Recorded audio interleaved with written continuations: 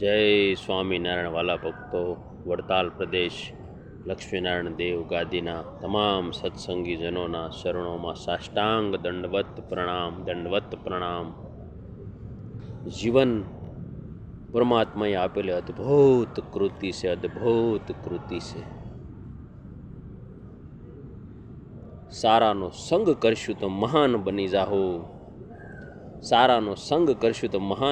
જાહો, નબળી વસ્તુનો સંગ કરશું તો નીચે ઉતરી જાહો. ભગવાન સ્વામિનારાયણ કે 7 માળની હવેલી હોય અને ત્યાં નબળા માણસો બેઠા હોય તો આપણું અંતકરણ એવું થઈ જાય, અને તૃણની ઝૂંપડી હોય અને સંતો બેઠા હોય એની હારે આપણે બેહી તો આપણું અંતકરણ એ રીતનું થઈ જાય. હવે નક્કી આપણે કરવાનું છે કે આપણે શું કરવાનું છે,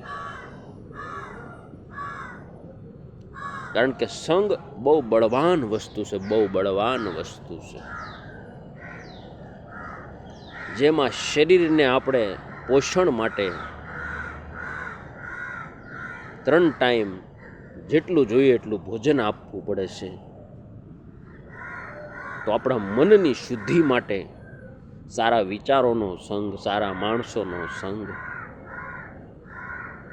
ભગવાનને આશ્રિત, ધર્મકુળને આશ્રિત એવા સંતોનો સંગ, તો જ આપણો જીવન બદલાશે, પરિવર્તન થશે.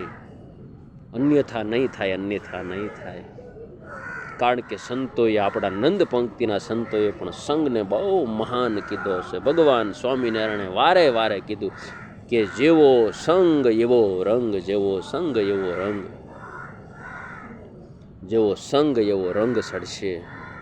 એટલે સારાનો સંગ કરવો, કારણ કે સારી વસ્તુ જ આપણને સારી વસ્તુ પ્રાપ્ત કરાવી શકે. આપણે સારી વસ્તુ મેળવવી હોય તો સારા માણસો સાથે જ આપણે કનેક્ટ થવું પડે.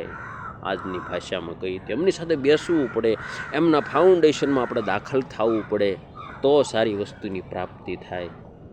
બાકી વસ્તુ સારી આપણે જોવે અને નબળી વસ્તુનો સંગ રહીએ તો સારી વસ્તુ કેમ પ્રાપ્ત થાય. માટે વાલા ભક્તો, જીવનમાં સારી વસ્તુ પામવી હોય તો સારા માણસોનો સંગ કરવો, સારી વ્યક્તિઓનો સંગ કરવો, સંતોનો સંગ કરવો. એટલે ભગવાન આપણને ભળાવી દે. સંતો પાસે તો શું છે? દિવ્ય કૃતિ, દિવ્ય પરમાત્માની અલભ્ય લાભ કે જેની કોઈ કિંમત ન આપણે આપી શકીએ.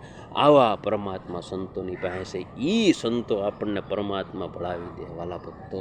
તો હવે આપણે બીજું શું જોઈએ? બસ આપણે આપણી મહાનતા, આપણે આપણી ભવ્યતા અને આપણે આપણી દિવ્યતાને આપણે આંકવી પડશે, તો આપણે મહાન બનશું.